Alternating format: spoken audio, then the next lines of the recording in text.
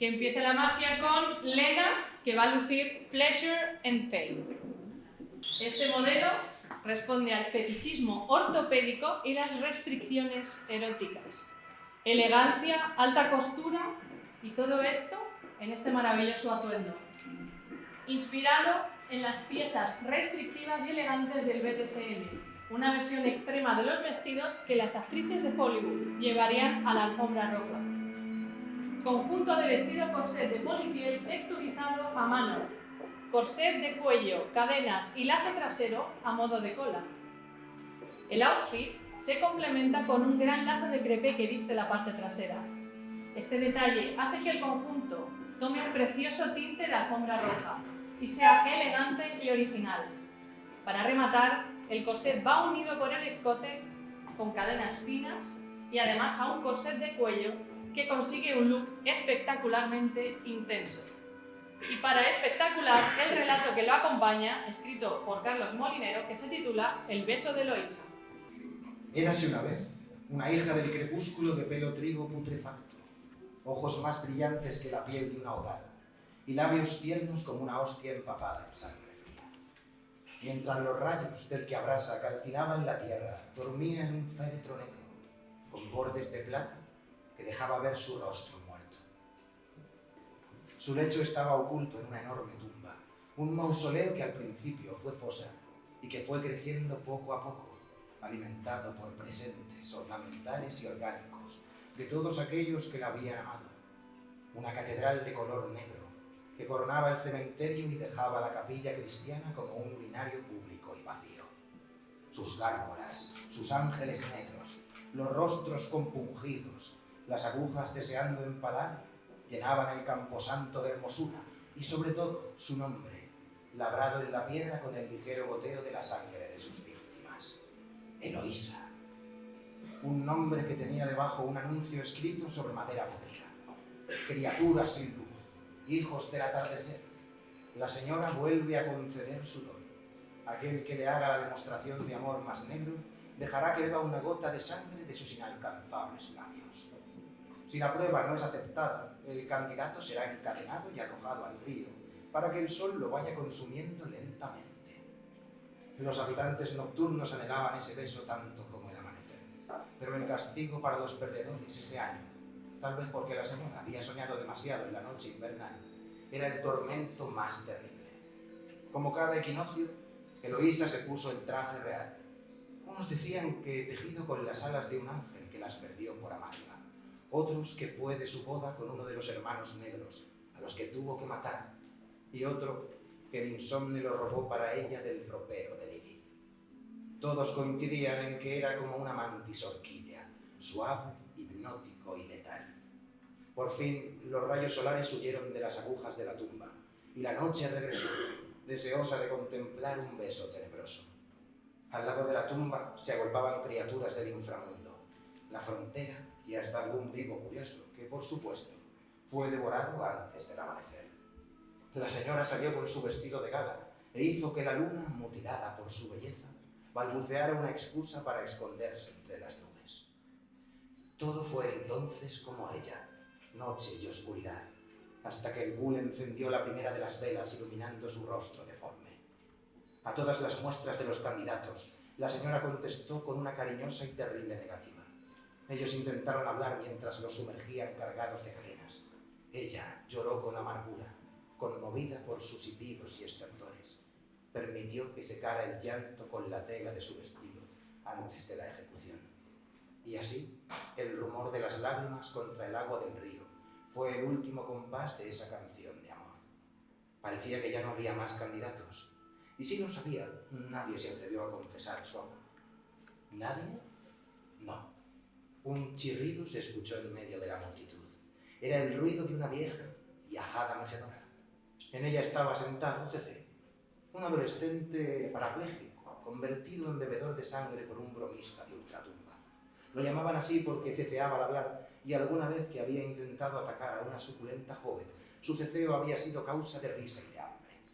La multitud fue empujando la mecedora, el único asiento que había encontrado en el cementerio en todo el tiempo que llevaba en la tierra fétida. Nadie comprendía cómo ese niño, que ni siquiera hablaba bien, osaba presentarse ante la señora. La cera iba derritiéndose y el joven no llegaba. El ghoul que oficiaba la ceremonia estaba tan pasmado que no dijo nada. Por fin, tras muchos empujones y ayudas, CC llegó ante su reverenda oscuridad. Eloísa movió la mano para que empezara. La vela estaba a punto de derretirse, así que CC carraspeó y leyó, tartamudeando por el nerviosismo. Eloísa, Eloísa, eres más suave que la luz del sol, susurro de simiente de Satán nuestro Señor. Eloísa sonriente, eres mi sueño de amor, el instante más sagrado que siente mi corazón. Eloísa oscura mía, tu beso es mi sinrazón, y tus oídos chillantes, sangre de... Entonces, la luz de la vela tuvo un último estertor, y el joven falleció. Oh, si hubiera terminado a tiempo, nuestros labios se habrían juntado. Pero el muchacho cayó de rodillas, y desde ahí observó cómo los pasos de la señora, volviendo a su hogar, hacían que parte de su vestido se fundiera con la negrura de su tumba, y que solo quedara ante sus ojos una lágrima roja en mitad de la noche. CC saboreó esa gota de amor arcano, dejó que invadiera su cuerpo. Era mejor que la muerte, que la vida, que la luna, que la sangre acumulada de sus escasas víctimas. Mientras los hijos de la noche abandonaban el lugar sin comprender por qué había sido perdonado, CC agarró las cadenas y se arrastró hasta el río, como un gusano, dejando atrás la mecedora chirriante. Mientras el ghoul ayudaba a la reina a quitarse el vestido nocturno, por supuesto, le contó estupefacto el acto suicida de CC. Eloísa, tumbándose desnuda en su féretro, cerró los ojos, y tal vez si hubiera sido joven, una lágrima habría manchado de terciopelo. Pero como era tan antigua como hermosa, solo hizo un comentario antes de que su esclavo cerrara la tapa y las pesadillas de la luz volvieran a su mente. Claro. Y al cerrar los labios, saboreó su sangre, amada, oscura, líquida, como el agua del río sin luna. Maravillosa Lena luciendo Pleasure and Pain. Esto no ha hecho nada más que empezar y o sea, ya estáis viendo, ¿no? A continuación vamos a ver a otra maravillosa modelo luciendo otro maravilloso traje. En este caso disfrutaremos de Nathalie luciendo Le Grimoire. Inspirado en las escribistas del siglo XIX, mujeres que responden a los retos con elegancia e inteligencia. Detalles inspirados en la decadencia y el erotismo de la muerte, en Mary Shelley, en Eros, en Thanatos. Una atrevida y sofisticada versión de novia clásica entre la novia de Frankenstein y esgrimistas decimonónicas. Desafiando los cánones de la belleza, combina el encorsetamiento de la sociedad y a la vez la libertad de mostrarte como realmente eres. Corset en raso de seda color marfil, tiras de organza y hebillas. Costuras embellecidas con vivos de raso en marfil. Un corazón cuajado de piedras color rubí asemejando gotas en la pechera. Manga asimétrica de organza rematando el conjunto. Corset de cuello envallenado con ojillos y tiras de organza a lo largo de todos los paneles. Tocado de crin en forma de máscara y crin plisado. En guardia. Su relato, escrito por David Hidalgo, se titula La última estocada. La crisis de los camellos había terminado oficialmente. Ahora que los barcos circulaban lentamente por aquel paso que había roto el continente, el Canal de Suez, el emblemático animal del desierto ya podía usarse en otros negocios como la carga de material o el transporte de pasajeros. Para Pauline se hacía raro volver a pisar Egipto, volver a respirar su polvo milenario o moverse entre sus gentes. No soportaba las miradas de los egipcios, que reprobaban constantemente la presencia de una mujer en las tumbas y templos de sus antepasados. Pauline no buscaba glorias ni riquezas, no quería ocupar titulares en los periódicos europeos ni ser recibida por la alta sociedad a su regreso. Su pasión arqueológica y su fascinación por los grandes reyes del pasado eran motivos más que suficientes para seguir excavando tumbas egipcias, descubrir sus enigmáticas inscripciones o recorrer las oscuras estancias bajo tierra. Pero pese a todo, después de 10 años sin pisar el país, se hacía raro volver. Resultaba irónico que las mismas tierras que milenios atrás habían erigido las grandes pirámides, ahora volvían a la construcción de vastos proyectos, como aquella herida en la tierra que había conectado dos mares en principio destinados a no encontrarse. Miles de trabajadores y otros tantos camellos, todos muertos por la ambición del hombre blanco. Pero al fin lo habían conseguido, lo que para Pauline, por muy frío que pareciera, significaba volver a Egipto, a su trabajo, a su última excavación. «Efendi, Efendi», escucha cómo llaman desde afuera. Hace tiempo que desistió en intentar que no se refirieran a ella con el tratamiento de respeto árabe masculino. Ahora le da igual. A revuelo, fuera, y eso significa algo bueno. Han encontrado la entrada oculta de la tumba secreta de Amjad, una mujer de la alta sociedad de la dinastía decimoctava. Pauline se deja escurrir entre la arena de la pendiente que marca el inicio del templo, enterrado, mientras se anuda el pañuelo sobre la boca. Las voces corren de unos a otros, y con la emoción palpitando fuerte en su pecho, no escucha los gemidos de la tierra ni la vibración del suelo. Todos comienzan a gritar en sus lenguas cuando ven que el desierto se les viene encima. Pauline no se lo piensa dos veces. No ha venido hasta aquí para volver a esperar otros 3 o 4 meses, a que se vuelva a despejar el yacimiento. Arranca un farolillo de las manos de uno de los excavadores y se lanza a la oscuridad de la tumba. El estruendo, la negrura y el polvo se convierten en uno cuando la explosión de tierra y la inconsciencia la atrapan. La joven arqueóloga tose con fuerza. Cree estar ciega hasta que recuerda dónde se encuentra y la oscuridad que reina ahí abajo. Cuando enciende el farolillo, que al rodar sobre la arena conserva hasta la ampolla de cristal, ve un largo pasillo estrecho de piedra. A su espalda, una muralla de arena indica el lugar original de la entrada.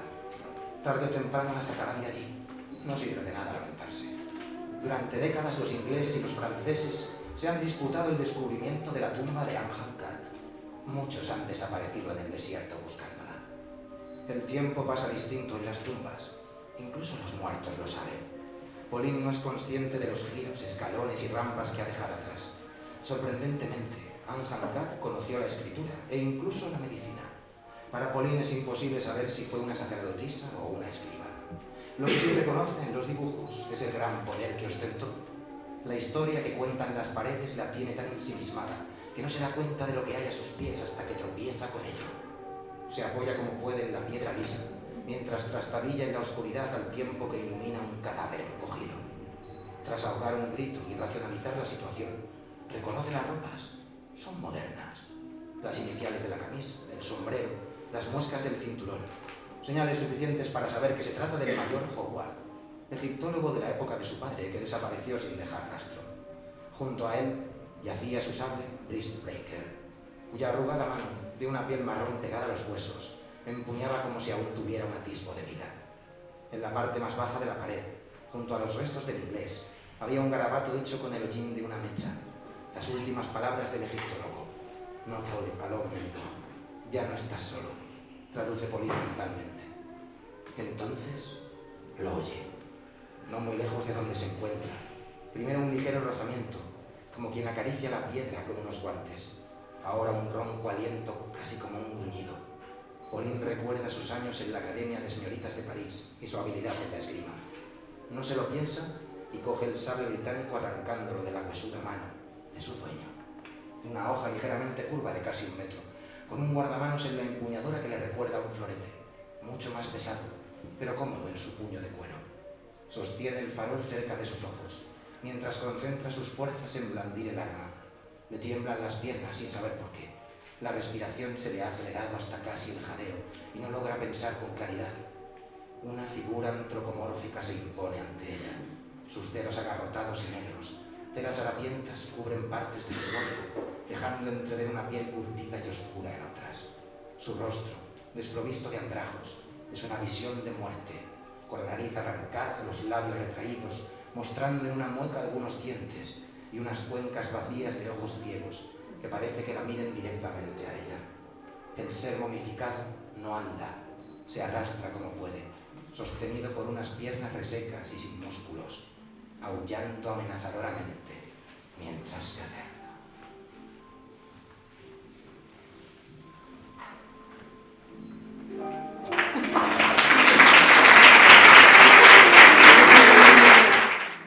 Visión de una de las mujeres más inspiradoras del medievo, la herejía del Santo Grial y María Magdalena.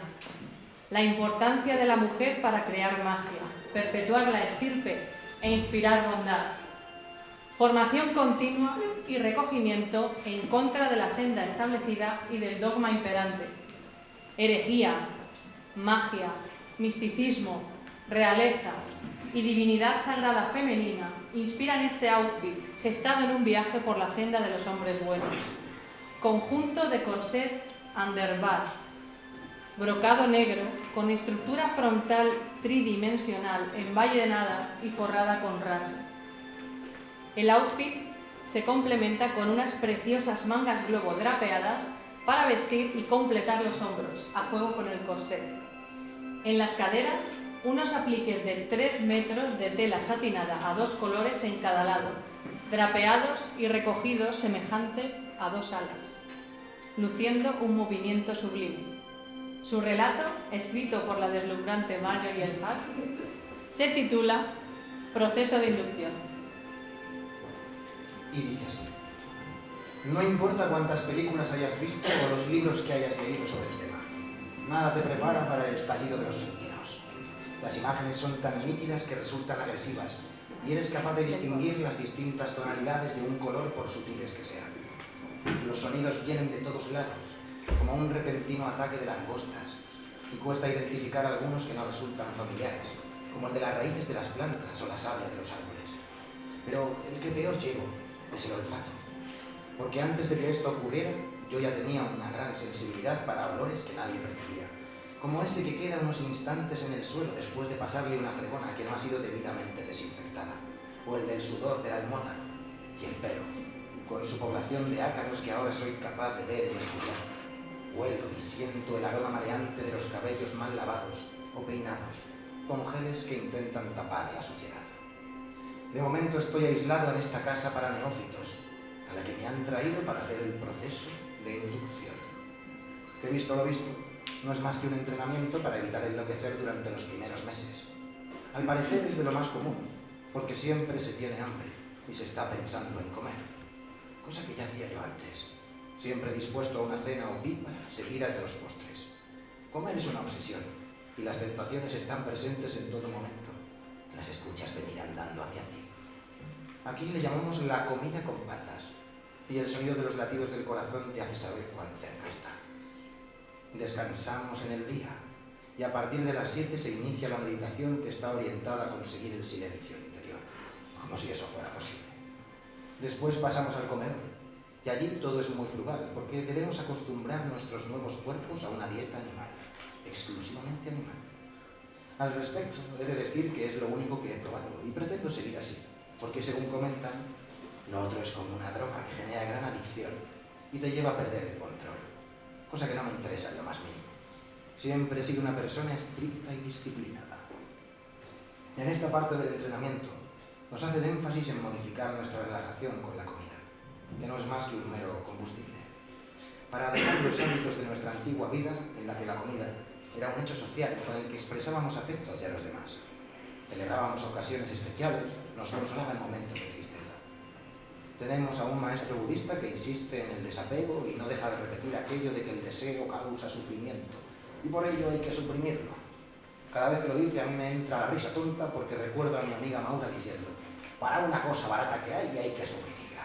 No, nunca seré budista. Las horas de entrenamiento corporal son las más duras. Estos cuerpos son los mismos, pero a la vez son nuevos. Se mueven muy rápido y tienen mucha fuerza. Así se nos va la mitad del día, para luego tomar una comida igual de frugal que el desayuno y pasar a clase de finanzas. Desde que estoy aquí no he dejado de preguntarme quién paga por todo esto, y sobre todo por mantenerlo en secreto. De lo que sí me he dado cuenta es de que casi tan importante como el cuerpo es la parte financiera. Y supongo que porque ya no nos queda más opción que trabajar desde casa, y lo mejor será reconvertirnos en agentes bursátiles, cosa que no se me da nada bien, y me pone nervioso solo el pensar en que tendré que pasarme horas pacientemente frente al ordenador viendo el comportamiento de los mercados internacionales. Pero tendré que vivir de algo. Y supongo que aportar una cuota para mantener este sitio abierto. Sí, así seguramente se pagan los gastos, con las aportaciones de los socios, porque así nos llaman, como si esto fuera un club social. Con la diferencia de que llegué aquí con la cabeza cubierta con una bolsa de tela para después recibir un golpe en la cabeza que me dejó cao. Me quitaron la bolsa en una sala de juntas que no tiene nada que ver con el entorno bucólico en el que está ubicada. Allí me recibió una joven bellísima y me explicó lo que me había pasado y cómo fue corroborado por el médico que me atendió en mi casa, porque los escalofríos y la debilidad me dejaron casi paralizado y no podía ni levantarme para ir a urgencias. Así que le pedí a Sara, mi vecina, que viniera a abrirle la puerta al doctor, que era un tipo como de mi edad, y me hizo unas preguntas fuera de lo común. Luego me pidió desnudarme y me revisó todo el cuerpo. La joven me dijo que tenía médicos informantes en todos los centros de salud y hospitales, y que una vez que se verificara la información, se seguía con un protocolo estricto para rescatar al enfermo y acompañarle en su proceso de sanación y adaptación a su nueva vida. La desconocida me preguntó acerca de la boda, que yo no sentí como tal, pues estaba en una fiesta posterior al lanzamiento de la nueva colección de la firma Jacques de Rive, cuando una de las modelos se me acercó y comenzó a hablarme. Lo último que recuerdo es que me costaba concentrarme en sus palabras porque sentía que el sonido del tafetán tornasolado de su vestido me causaba una especie de adormecimiento y acabé deslizando la mirada de los broches que cerraban su corsé al adorno de su cuello para detenerme sin disimulo en la piel que asomaba discretamente a la altura de sus pechos, que son lo último que recuerdo, porque después de ver el piercing de su pezón izquierdo, sentí la delicia de su aliento en mi cuello, seguido de un pinchazo que me dejó en éxtasis.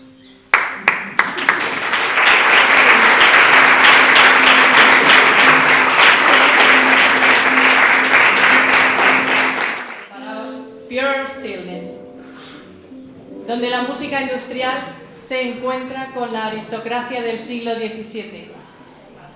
Sí, podéis. Hay espacio para todo esto y más, por favor.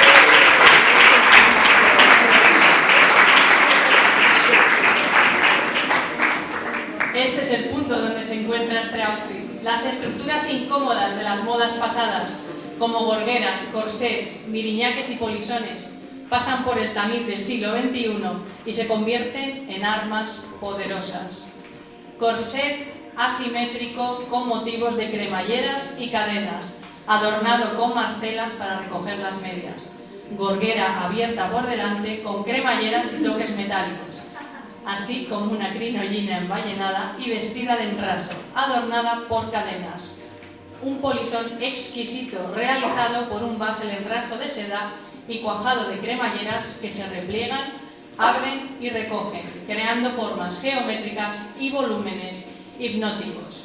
Su relato, escrito por una servidora, se titula Las costuras del sueño. Y dices: Jacqueline da las últimas puntadas al corsé, amparada por la luz del candil. Por hoy ya es suficiente. Solo queda repasar la labor. En el minúsculo habitáculo, su mente se expande y recuerda. Tararea la melodía de la Favola d'Orfeo, una exquisita obra musical, embriagadora y novedosa, con la que se deleitaron ella y su misterioso acompañante en Venecia tan solo unas semanas atrás.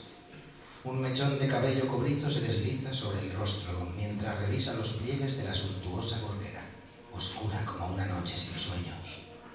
Los ojos de Jacqueline son dos eclipses de azabache. Su mirada se posa en distintos puntos del traje, revisando cada milímetro con una meticulosidad exacerbada.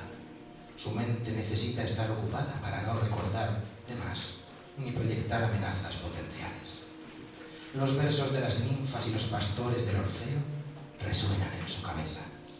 Que ninguno se abandone por desesperación a la tristeza que a veces nos asalta y puede amargar nuestra vida, pues una vez que las negras nubes, llevando en su seno una terrible tempestad, han conmovido al mundo, el sol más claro lanza sus rayos luminosos. El traje mismo es una tempestad que nunca amaina. Toda la tristeza que destila Jacqueline forma parte de las fibras del tejido en una perfecta simbiosis abismal. Cada ballena del corsé es una puñalada de decepción, una traición inesperada o una mentira descubierta. La oscuridad de los componentes es como un agujero negro que absorbe la materia de la que está hecha la esperanza. Cuando pasa los dedos entre los pliegues, siente como si se adentrara en el purgatorio. El vestido es tan terrible y elegante que parece destinado a un linaje de aristocracia proscrita. Ominoso, pero irresistible, de una belleza ponzoñosa y obsesiva, casi obscena. Solo una entidad maquiavélica podría diseñarlo, y solo una diosa del inframundo podría lucirlo con majestuosidad sin sucumbir a su poder. Inmersa en esos pensamientos, Jacqueline no es consciente de que este es el primero de muchos encargos que seguirá recibiendo vía onírica y materializando en la realidad de Ligeia. Lo que sabe a ciencia cierta es que los diseños que delinea con precisión obsesiva satisfacen las exigencias de sus clientes, cuyas inclinaciones se limitan a detallar medidas y proporciones exactas como si se tratara de una fórmula matemática en vez del patrón para un vestido.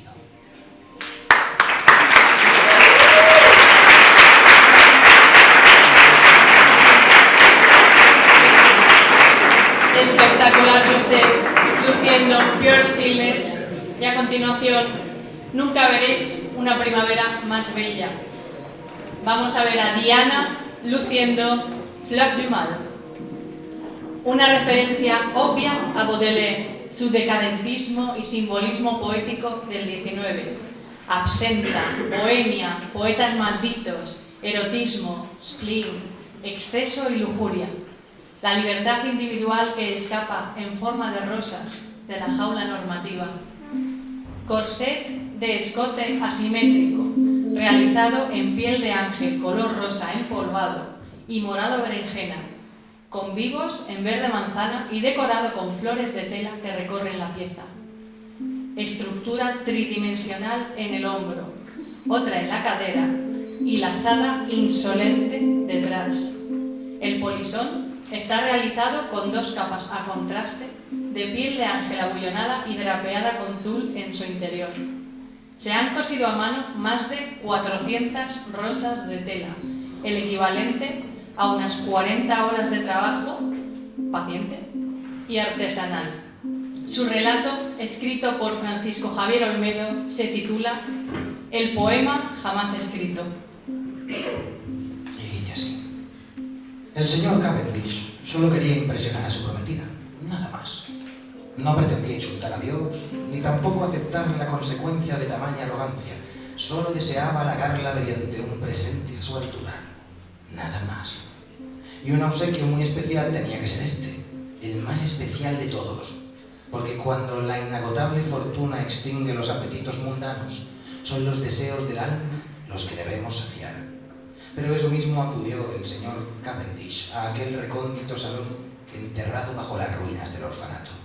Por eso mismo aceptó el consejo de aquel amigo que le prometió que de lo que allí se manifestaría, muy pocos antes habían sido testigos.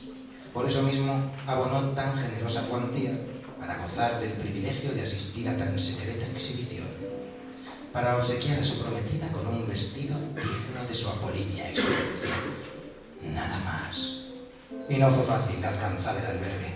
Solo un viejo taxista, medio ebrio y medio loco, supo dejarlo en las puertas de aquel indómito exilio. El único culpable que no temía por el destino de su alma, de seguro condenada por un sinfín de anteriores insolencias. El chambelán esperaba al señor Cavendish en la puerta para guiarlo entre la decadencia hasta aquella pasarela abierta a la altura donde guardaban los difuntos el día de la resurrección. Y populosa resultó entonces la jauría de prójimos que allí aguardaba la inminente demostración. Y más riqueza aún custodiaban sus chequeras, hinchadas de una fortuna destinada a alguna de las prendas que frente a sus ojos iban a desfilar en breve, o quizás malgastada en el deseo hacia las meretrices, cuyos cuerpos se habían propuesto vestirlas. La pasarela. El señor Cavendish se hizo hueco a continuación hacia la primera fila, casi a empujones, entre el obstáculo del engalanado gentío, hasta el punto casi de quedar aplastado el sombrero bajo su brazo, con el ímpetu de un rollizo banquero de Nueva Inglaterra. El chambelán, de seguido, llamó con amabilidad al silencio de la sala y fue anunciado pausadamente el nombre infrecuente de cada uno de los vestidos que ahora flotaban de uno en uno sobre la pasarela, montados a hombros de sus disolutas modelos. Y digo que flotaban porque tal era el exotismo de sus diseños, tal el misterio geométrico que escondían sus ignotos patrones, tal era la danza de la ligereza de sus telas, que ningún ojo pudo fijarse en el cuerpo de las damiselas que se deslizaban sobre el entarimado. Pero, ¿qué era aquella gasa que cubría su torso, que parecía evitarle al público contemplar la oscuridad misma del cosmos, escondida bajo esos pliegues tan ajustados? ¿Qué era aquel corsé de color del frenesí que tanto apretaba esos pechos jugosos hasta el límite propio de la asfixia del espectador? ¿Qué era esa falda volátil que bailaba al compás, no de la marcha de su exhibicionista, sino al del devenir de los eones más longevos? Algunos hombres sudaban de placer, otros tantos de estupor. Ciertos de ellos incluso procuraban ocultar con el sombrero a sus vecinos la creciente presión que, imparable, tomaba forma en sus lánguidas entrepiernas. ¡Cuánta belleza! ¡Cuánto esplendor! Uno a uno escapaban los nombres de la boca del chambelán, y una a una desaparecían de nuevo las prendas en la oscuridad tras los bastidores. ¡Qué divina gallardía! ¡Qué diabólica armonía! Después de una hora, o quizás de dos, o de toda la noche, o de toda una vida, la exhibición concluyó, y la artífice magnífica de tal derroche de virtud emergió de súbito hasta la palestra para agradecer a la asistencia de tan concurrido público. «Gracias, mis entusiastas espectadores, gracias, muchas gracias», anunciaba con una voz melódica la diseñadora. Pero ni un solo aplauso se escuchó en ese instante, para sorpresa de cualquier extraño, porque era el vestido que la creadora envolvía el más especial de los expuestos durante aquella noche. Era tal extrañeza que guarnecía su busto, la rareza que abrigaba su abdomen, el capricho que escasamente cubría sus muslos. Era la larga cola que acariciaba el suelo y que se revelaba cubierta por un océano de rosas del color de la pasión, tan frescas como el rostro de un querubín. Era aquel atuendo tan atractivo como Protervo, el que había paralizado los músculos de los allí presentes, y solo fue cuando sus hipnóticas formas abandonaron la alargada pasarela que el público se deshizo en aplauso ensordecedor. «Poema jamás publicado», bramó el chambelán tratando inútilmente de alzar su voz sobre la tormenta. «Ese es el nombre del vestido que adorna a nuestra venerada maestra. El único que esta noche no se halla en venta». El oficiante se escapó unos minutos tras los bastidores, y entre tanto la algarabía amainaba, y los hombres, trastornados ahora, discutían entre ellos con sonante cacareo, buscando hacerse con la propiedad de esta o aquella de las prendas presentadas. Y fue después de un dilatado descanso que el chambelán regresó con un pequeño bloque en la mano y un lápiz, dispuesto a anunciar el precio de cada atavío y dar comienzo a la puja. Pero antes, sus labios habían articulado el nombre del señor Cavendish, para invitarlo a acceder a los misterios de la trastienda, pues la maestra quería brindarle una pieza especial a él, en exclusiva, apropiada al grado de la magnitud de sus deseos. «Señor Cavendish», exclamó henchida de júbilo la agraciada diseñadora. «Este es el que quiero», gritó el caballero sin dejarla continuar, obnubilado, señalando con el dedo al poema jamás publicado que todavía vestía el cuerpo de la mujer. «Este no está en venta, mi querido admirador», le respondió con una erótica sonrisa que petrificó deliciosamente a su interlocutor. «Este es el que quiero», repitió más moderado. «Este no se lo puedo ofrecer, le he dicho, mi estimado cliente, porque no tapa hoy mi figura una prenda, sino un antiguo mal presagio de la lírica. Este es el que quiero». Su voz resultaba cada vez más inaudible. «No lo quiera, señor, no lo quiera, que su verdadero nombre es Offense au Saint-Esprit», relató la artista mientras los dedos de su interlocutor se acercaban peligrosamente al corsé. «Que no es un vestido, señor, no lo quiera, que es el único poema de Baudelaire que jamás pudo nunca acompañar a sus flores del mal, ni siquiera tras el fin de la censura que siempre se cernió sobre él. Este es», insistía ahora balbuceando, ahora salivando, ahora mojando el forro de sus pantalones. «Está bien, mi insistente pagador», concluyó. «Usted gana. Cedo ante su ánimo porque insaciable se aprecia su deseo», dijo llevándose con delicadeza ambas manos a la espalda buscando desabrochar la pieza. «Eso sí», continuó con morbosa seriedad, «antes de permitirle acariciarlo mi apasionado bienhechor, tendrá que tocarme a mí». Le enseñó entonces al desquiciado la maestra la irresistible tersura de sus senos. Le enseñó la calidez del húmedo valle entre las colinas y la dureza de cada uno de los gigantes púrpura que las coronaban. Le enseñó las planicies de su vientre, la exquisita profundidad del oasis de su ombligo, la ligereza de sus caderas. Le enseñó el precio que el universo requiere a ese que se propone leer aquel poema jamás publicado, porque ella misma era esa poesía, y el vestido solo la cáscara. Y agarró en consecuencia al artista el rostro del afortunado y lo aproximó con ternura hasta la altura misma de su corazón, aquel lugar donde quedó abierto de repente un abismo hacia las verdades más inconfesables de la creación, allí donde se vieron atrapadas más siempre el alma y la carne del señor Cavendish, dentro de un pozo en el que la luz no penetra por hallarse colmado de los horrores menos permisivos. Y nadie más supo entonces de aquel prometido. Nadie, a excepción del chambelán y su maestra. Y nadie más repararía tampoco en el número exacto de rosas que inundaban la cola de ese poema maldito, porque solo sería ella, la artista, la única que alguna vez las contara, la que sabía que desde aquella noche una rosa nueva había nacido dentro de ese mar de color escarlata.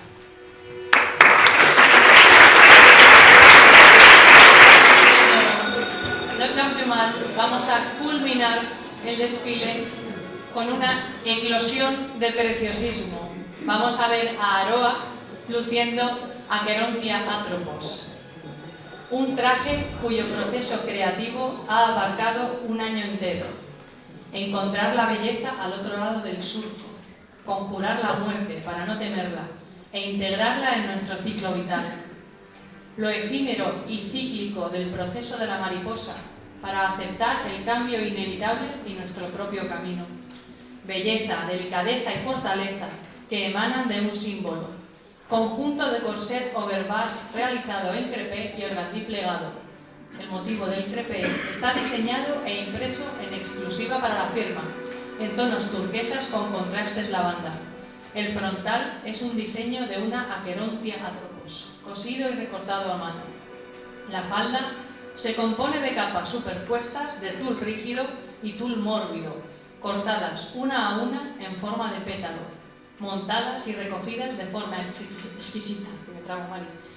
Sobre ellas se superpone semiseda sintética impresa en exclusiva, recortada en semejanza a alas de mariposa. El outfit se complementa con un corset de cuello del que penden dos colas de gasa que se recogen en las manos con elegancia. Su relato, escrito por nuestro cuentacuentos favorito, Alberto Martínez, se titula Esfinge de la muerte.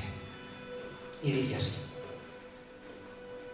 hace mucho tiempo, en la era de los dragones y las quimeras, florecía en la corte del emperador amarillo la magia de la princesa Leizo, que descubrió los secretos de la seda en el calor del té de mediodía, y en todas partes tan célebre se hizo esta tela, tan suave y delicada era, que con ella se tejieron grandes mitos y rutas comerciales, y las arcas del imperio estaban cada vez más llenas, hasta que la dinastía enloqueció de avaricia. Obsesionados con guardar el valioso secreto que los gusanos encerraron a todos los que conocían alguna parte del proceso de deshilado. Sus hilanderas y sus sastres fueron confinados, y en los talleres subterráneos de palacio, bajo 7 puertas y 7 llaves, se vivía y se moría para el jardín de la seda, y donde crecían las hojas de la planta de la morera, se regaba con la sangre de los esclavos. En los siglos que vinieron, a nadie pareció escandalizar el horror de los jardines, hasta que una princesa hiperbórea, que tiempo atrás había sido pobre e hilandera, llegó de visita a los palacios imperiales para cerrar nuevos acuerdos comerciales. La joven obtuvo el permiso de su esposo para acompañar a la corte hasta el jardín de las moneras. Cuentan que las larvas se habían aficionado a la sangre caliente, y la joven princesa escondió las que pudo en el único lugar donde nadie se habría atrevido a mirar. Envueltas en hojas, usurpó las semillas de la morera y se llevó una pareja de gusanos del jardín de la muerte de la seda. Cuentan que logró engañar a los minuciosos registros imperiales y de vuelta en su tierra reveló al mundo los secretos del gusano y su morera, y de su sexo brotaron las primeras polillas con el lomo estampado de una calavera.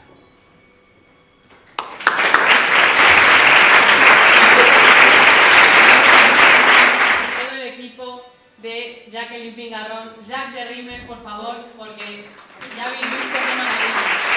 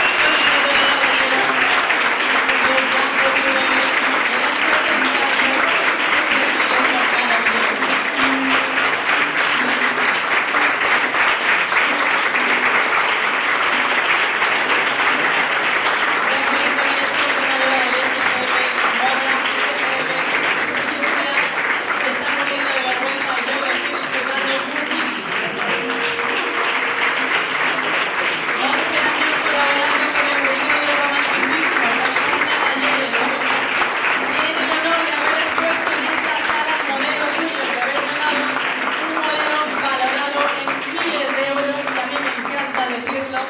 Y además, estas maravillosas modelos, como podéis ver, son espectaculares, son increíbles y creo, señoras y señores, que estamos presenciando por qué esta firma lleva 13 años y le quedan hasta que se canse. Así lo dejo.